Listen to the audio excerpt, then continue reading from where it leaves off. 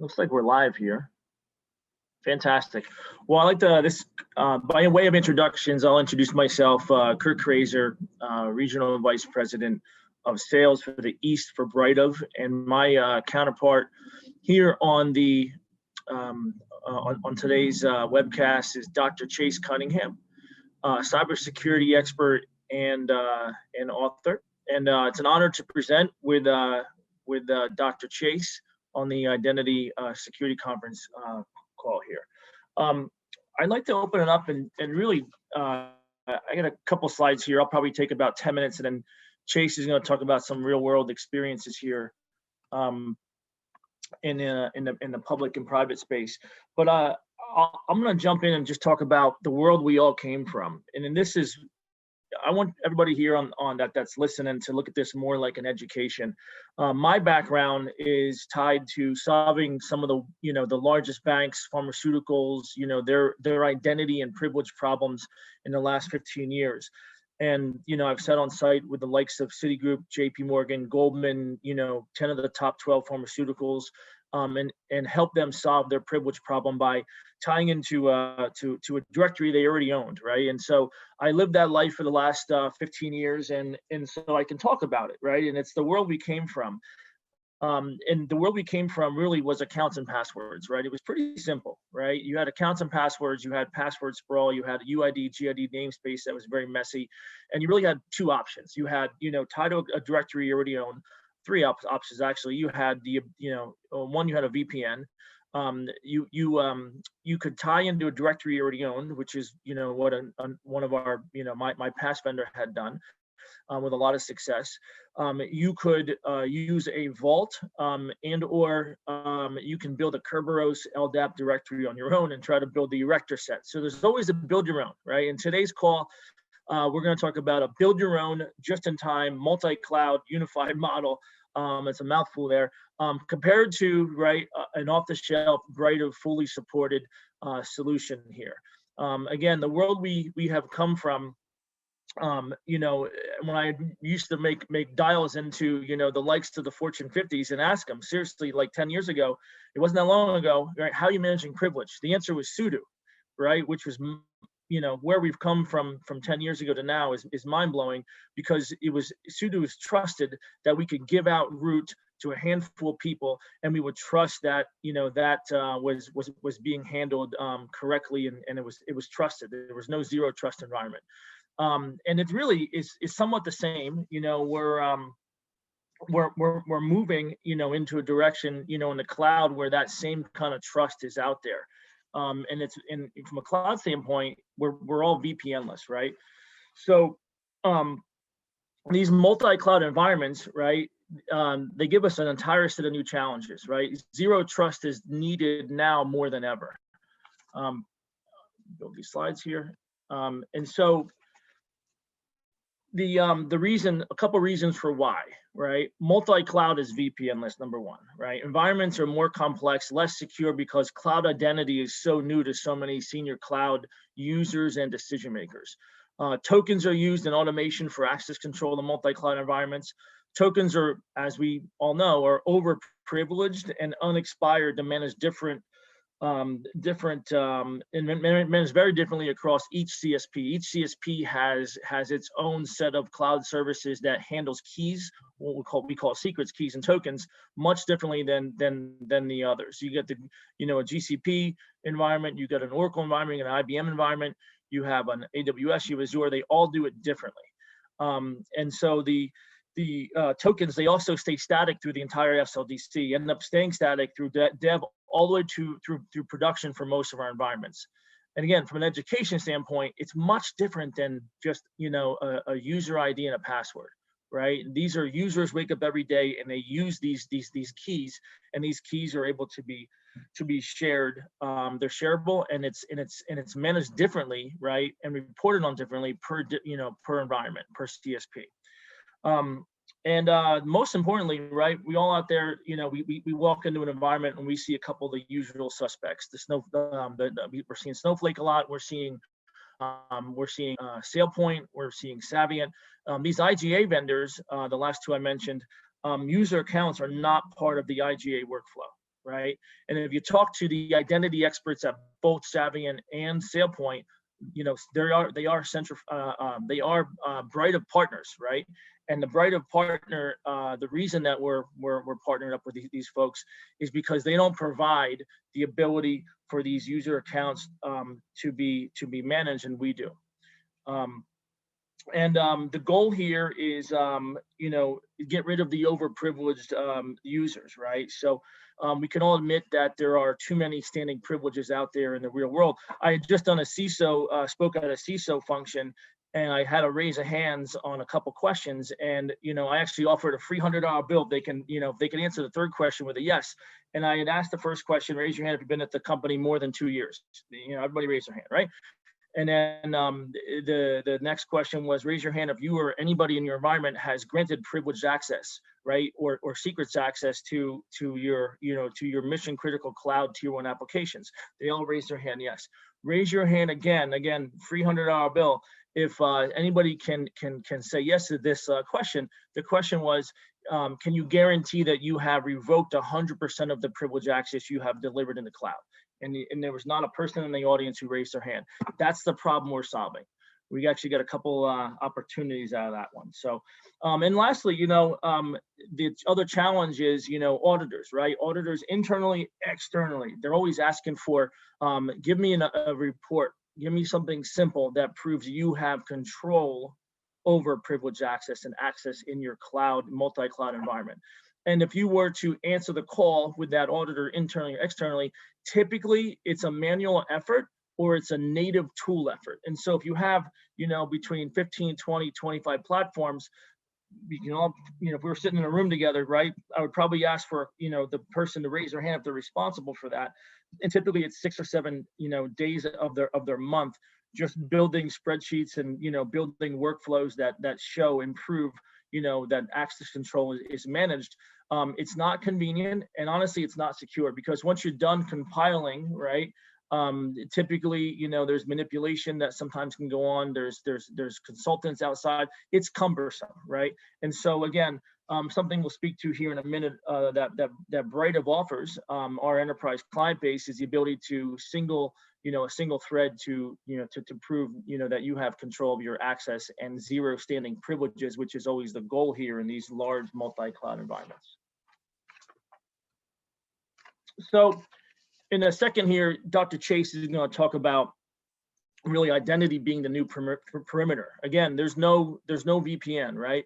In these large multi-cloud environments, right? They're different. We're all kind of, we're starting to educate ourselves. Britive, our founders over 4 years ago saw this coming. Like anything else, and you look at some vendors that kind of have popped up. Zscaler's one that sort of saw this, years ago on how to defeat some of the, local vendors out there. You have Snowflake that really saw how they can change the whole data lake world, the whole database world out there, trying to really disrupt some very, very large vendors like Oracle and Splunk. And then there's Brightof here, right? And so we saw the world a lot different 4 years ago. Nobody was doing it. Look at all the Vault vendors, look at all the IGA vendors. Nobody is looking at cloud services, and cloud services is confusing. Right? Well, a couple stats here I'll pull up in a minute, but your options, right, to build a cloud, multi-cloud, just-in-time unified model, an ability to basically grant and revoke privilege on the fly, simultaneously unified from one platform. That's what Britive is offering. Very, very unique to the marketplace. We're the only ones doing this today. We don't compete with the traditional Vault vendors. We don't compete with the IGA vendors. We don't compete with the SASE vendors, although we offer pieces and functionality of all of those groups there. And so, I think it's best always said to ask for a demo. We'd be happy to show you that really unique workflow that gives you that, one, view into, your granting and revoking a privilege. In fact, if you go back to what the analysts are saying, I was at the Gartner event in Vegas 2 years ago, and I remember on the last day, Gartner raised their hand and said, we're gonna have a fourth pillar. That fourth pillar is you must have a just-in-time model for your multi-cloud environment, an ability to grant and revoke privilege, okay? And clearly we all agree that vaults today, the old world of using vaults for privilege is good, but it's not good enough, right? Vaults are clearly not enough. They're not going to allow you a true just-in-time model. How do you get to a just-in-time model? So there's two options. One, you can build your own APIs. I would say on a daily basis, I spend my time with the Fortune 200 community 2-3 times a day, and it always starts with the same conversation. We built it ourselves, or we tried to build it ourselves for AWS, and now we're in a mix of trying to do it for Oracle, for Google, for Azure, and we just can't seem to really build it ourselves. Azure's got some unique functionality, I think, that gives you a couple of easier ways to do it. But the likes of, if you talk to the end users or your folks that are the cloud sec team, they're going to tell you that, it's not built, it's not unified. They don't have the reporting, the analytics, everything that goes with a true, platform model here.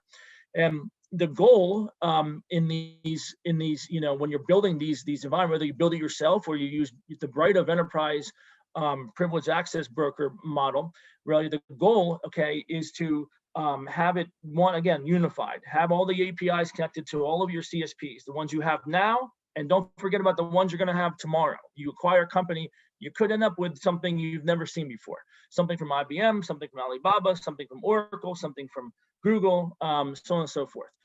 And the goal here, right, with the multi-cloud just-in-time model is to obviously reduce risk, reduce the attack surface, right, by having a single place where users can go, and then we broker, right, grab the key, grab the tokens, we expire those tokens and keys, again, the same way across all your CSPs, and give you the ability to truly get to a zero standing privilege model, which again is the goal.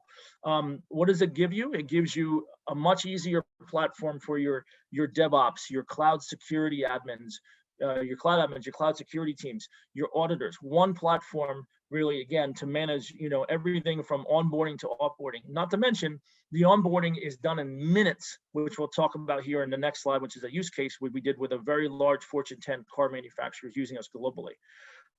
What else do we see?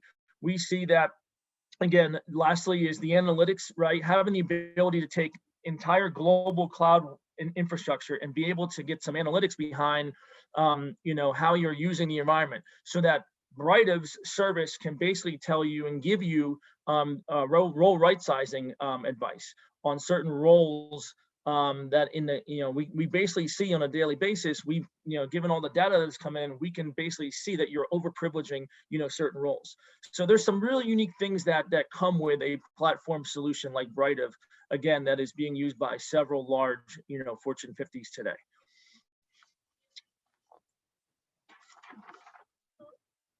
So a couple, I'm not going to read any of this verbatim, but I think a couple of things that are worth stating, right, that I think is alarming, right? 81% of all enterprises have multi-cloud today, right? And it's going to get to, it's going to be at 100% soon enough, right? I don't see many, or we'll say 99%, there's always one outlier or two outliers. And then the staggering fact is, and this is key, right? By end of 2021, 82% of workloads will reside in the cloud.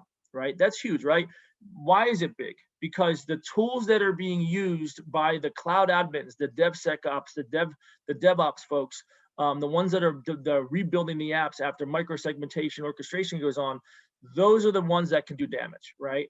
And the new tools and the new way to get these apps to market quicker all sit in cloud services, tools like EC2, S3 within AWS, right? And per instance, right, you have, again, you're using these tools to get market faster, but as I said earlier, right, they are definitely very insecure, and there is what's called a trust model that sits in front of these CSPs, right?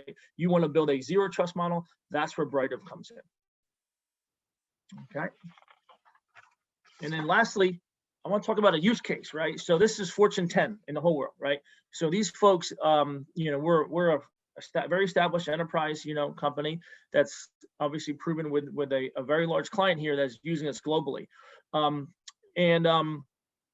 The enterprise version of Brightof, right? They replaced a homegrown multi-cloud just-in-time solution. They've been a client here for over 3 years. And what did it do for them, right? Netted out to increase time with the onboarding, right? So that went from 3 days to 30 minutes. We can populate, the instances pretty quickly across, really, again, not just AWS, but the likes of Google, Oracle, IBM, Azure, all the same way. Most importantly, that's more of an efficiency play.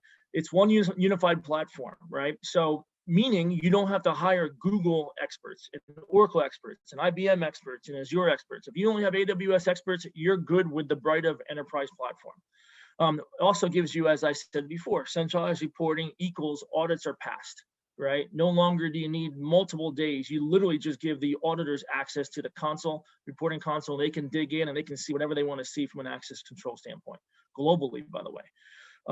And then lastly, right, what these guys, these folks at this car manufacturer benefited from was they had 100,000 AWS privilege accounts and API keys out there, sitting out there, that were privileged. We converted them to a true standing privilege model. So now going forward, it wasn't a deliver the key and that key just sits standing, or that privilege is standing with that token. It's deliver it and it expires based on a role. Could be 2 hours, it could be 4 hours, it could be 8 hours. It's all configurable. Results, you get a zero standing privilege environment with Brightof.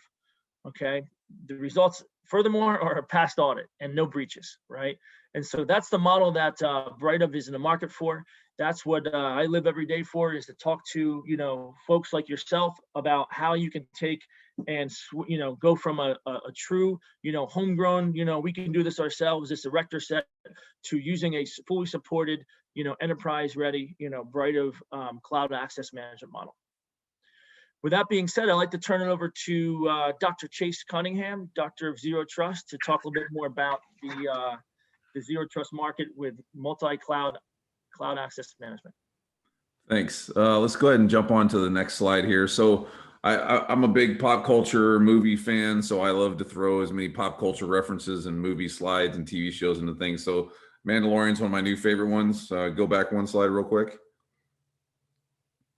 And I just like to let everybody know that when they hear about Zero Trust, when they hear about that this is a common thing that's showing up all the time and it's a big deal, the reality of it is Zero Trust and what Kurt's talking about here, getting into just in time and removing all these easy avenues of compromise, especially when you're talking about multi-cloud, like this is the way. At the end of the day, we've tried all the other stuff. We've got 30 years of failure in front of us that tell us that we've done what we could with what we had, and we've got a better way. And this is what it boils down to, is we have to basically decide that we're going to do things differently. We have to approach it from the manner in which the Mandalorian talks about, and say, basically, we've been quested. The way that we fix this problem is to vector in on strategy and follow this mantra and say, this is the way, this is how we solve the problem. This is how we get past continued failure.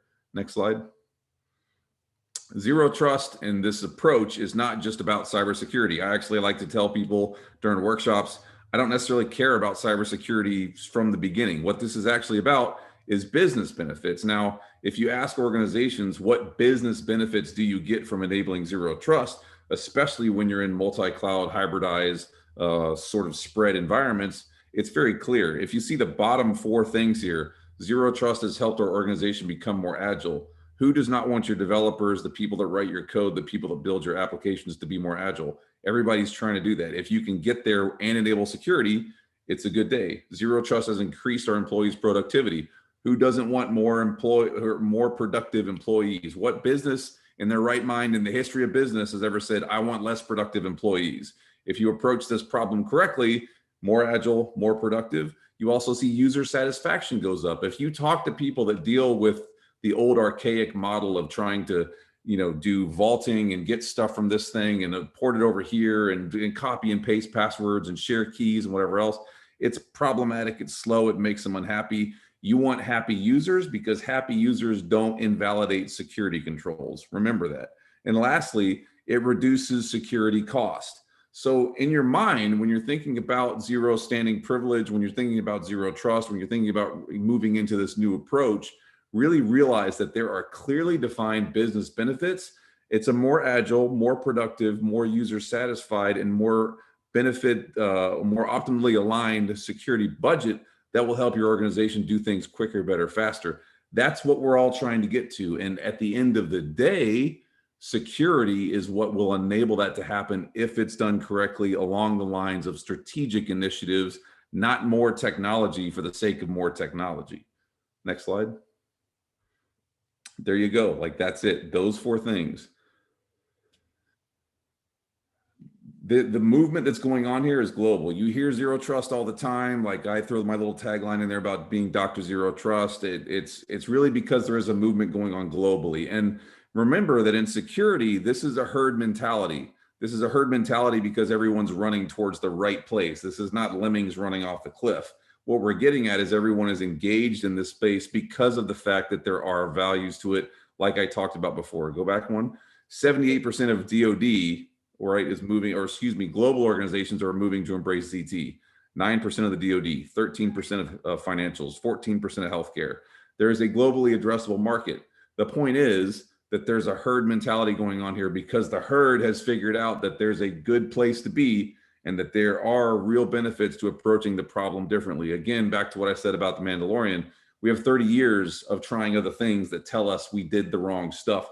It wasn't for lack of effort. It wasn't for lack of, giving it the old college try.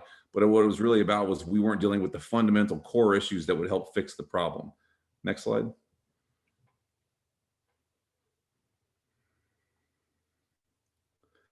And look, this is not necessarily new. Zero trust has been around for a long, long time. People think, oh, this is some buzzword. It's just in the news in the last year or so. I've seen zero trust all over everybody's marketing, da da da da da.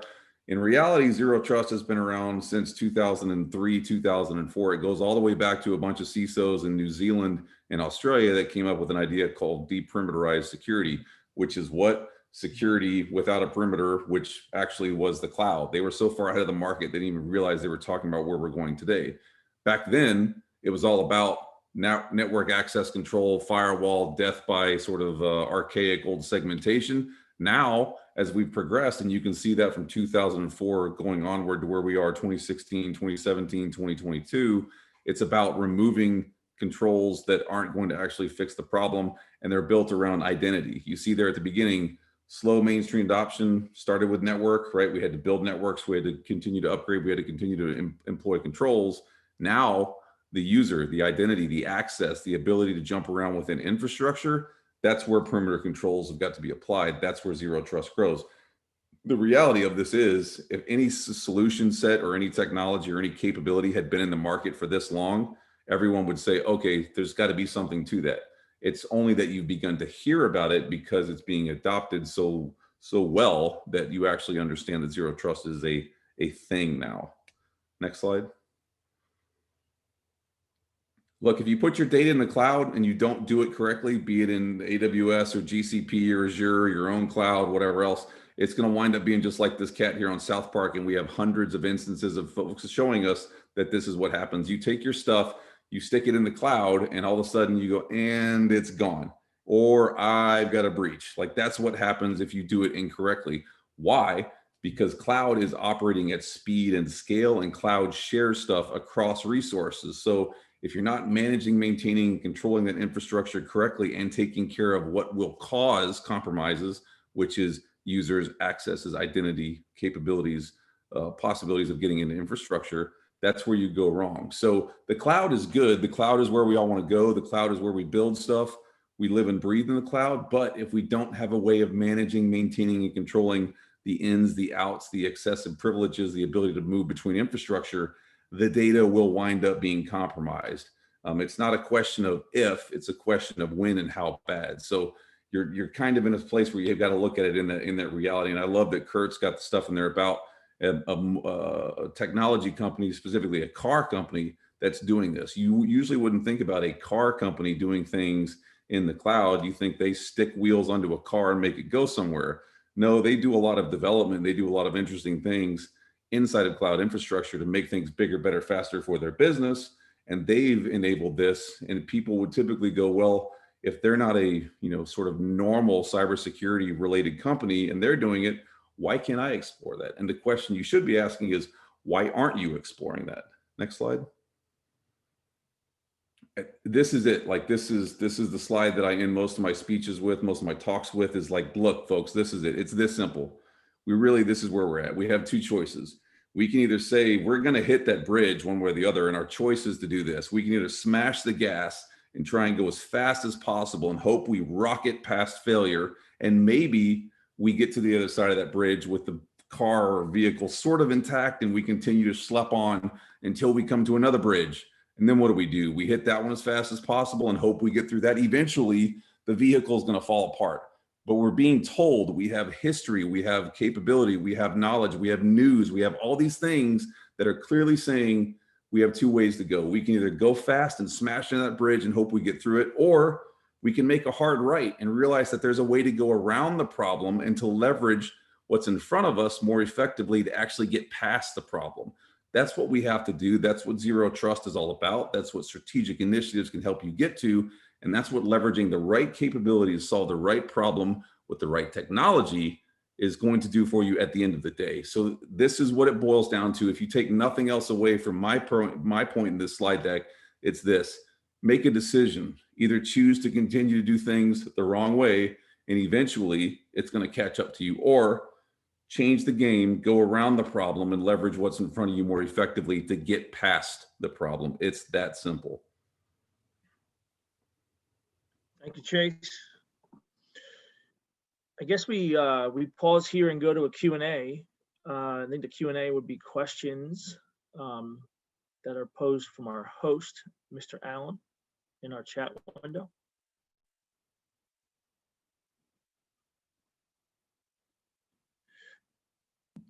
Dr. ZT, what is the biggest challenge you see for even bigger ZT adoption?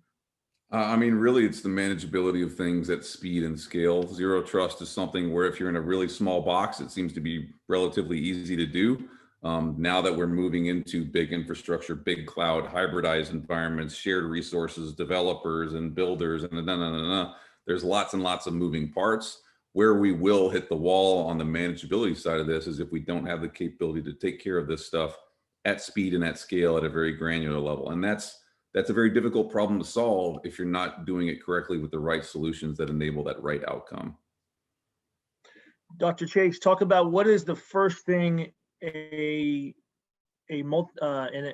enterprise company, a Fortune 500 company should do when going to and find themselves in a multi-cloud environment? I mean, I've said this repeatedly. I think it's really about solving identity and access management, privileged access management, taking care of users, their ability to move between infrastructure, making sure that they don't have shared resources that are popping across it. It actually boils down to taking care of identity, the user's privileges, period, point blank, end of story. You can have all the other stuff later, but first thing you got to solve is taking care of that. Otherwise, you're not actually fixing the crux of the problem you're going to face. Another question posed here. You spend quite a bit of time within the public and private sector. Is it true that the lion's share of the cloud user community, they don't understand cloud services? Well, I think a lot of people have a misconception that the cloud cares about security, that the cloud is doing anything for your security. It's literally in the terms of service. If you read Azure, GCP, or AWS's terms of service, they're responsible for security of the cloud. You're responsible for security in the cloud. So they'll make sure that you have process compute, but everything else after that is on you to make sure that you take care of, manage, maintain, and control. So be aware of that. Jeff Bezos and Bill Gates don't lose sleep at night if you have a misconfiguration. Yeah, you still own the results of a failed audit, not Amazon nor Oracle or Google or anybody else. How easy is it to adapt zero trust for legacy applications? Great question. Well, it can be pretty difficult. I've done workshops with organizations that swear to God still have punch card things up and running. So it's one of those deals where there does become a point where you have to kind of just consider, is it harder to make this zero trusty, or is it more possible for us to put really good isolation, access management control around it and keep an eyeball on what's coming and going and not necessarily make that legacy application zero trusty? So there are decision points in this place, but it ultimately comes down to capability and getting to that end state you're trying to get to.